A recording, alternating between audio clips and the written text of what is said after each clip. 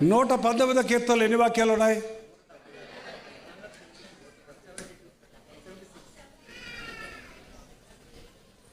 ఒక ఆయన పొద్దున్న సాయంకాలం దాకా 117 కీర్తన చదివాను అన్నాడంట.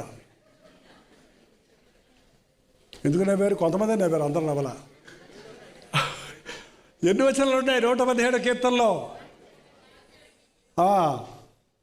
117 చదివేసి వాళ్ళొక అధ్యాయం చదివేశారని చెప్పుకుంటారు కొంతమంది. 119 చదవండి.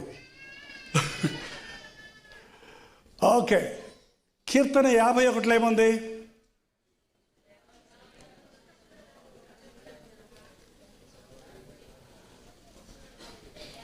ప్రార్థన, పశ్చాత్తాపంతో ప్రార్థన చేయాలన్నప్పుడు 51 కీర్తన చదవండి. మీకు భయం వేసినప్పుడు, బాధలు వచ్చినప్పుడు, వ్యాధులు వస్తాయని భయం వేసినప్పుడు 91 కీర్తన చదవండి. దేవుడు తోడు, దేవుడి యొక్క అభయం, ఆదరణ కావాలన్నప్పుడు 23 కీర్తన చదవండి. ఇంట్లో నుంచి బయటికి వెళ్ళేటప్పుడు 122 కీర్తన చదవండి. ఏముంది 122లో? 122, 121? ఒకటే.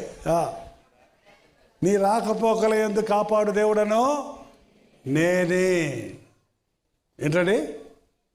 ఎలాగూ మన ఇళ్లల్లో మసాలా డబ్బాలు ఉంటాయో, ఏ ఇంధనం ఎంత వేసుకుంటామో అలాగూ అన్ని సందర్భాలకి మసాలా డబ్బాలంటే ఎవరికి అర్థం కాలేదు. ఎక్కడ మనం ఇంట్లో వండుకోవటమే లేదేమో. మందుల డబ్బాలు ఉంటాయో పోనట్టు అందుకుందాం.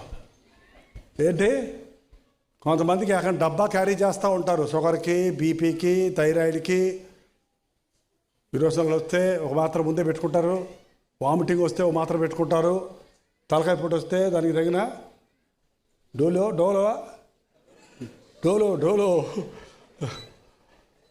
ఓరక మాత్రలు వేసుకోకండి. ప్రభు ప్రార్థన చేసుకోండి. అత్యవసరమైతే మాత్ర వేసుకునేటప్పుడు కూడా ఏం చేయాలి తెలుసా? ప్రార్థన చేసుకొని ఇలా వేయాలి. మాత్ర కాదు మనల్ని స్వస్థపరిచేది ఎవరు?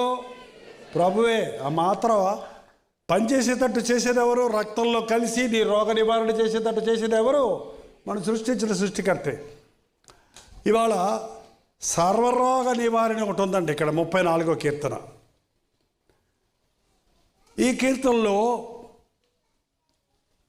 4వ వచనం చదువుతున్నాను చూడండి. నేను యెహోవా యొద్ద విచారణ చేయగా ఆయన నాకు ఉత్తరం ఇచ్చెను. నాకు కలిగిన భయములన్నిటి నుండి ఆయన నన్ను తప్పించను. ఎన్ని భయాలు? ఒక భయం కాదు, అన్నిటి నుండి. నాకు కలిగిన భయములన్నిటి నుండి ఆయన తప్పించాడు. అవును.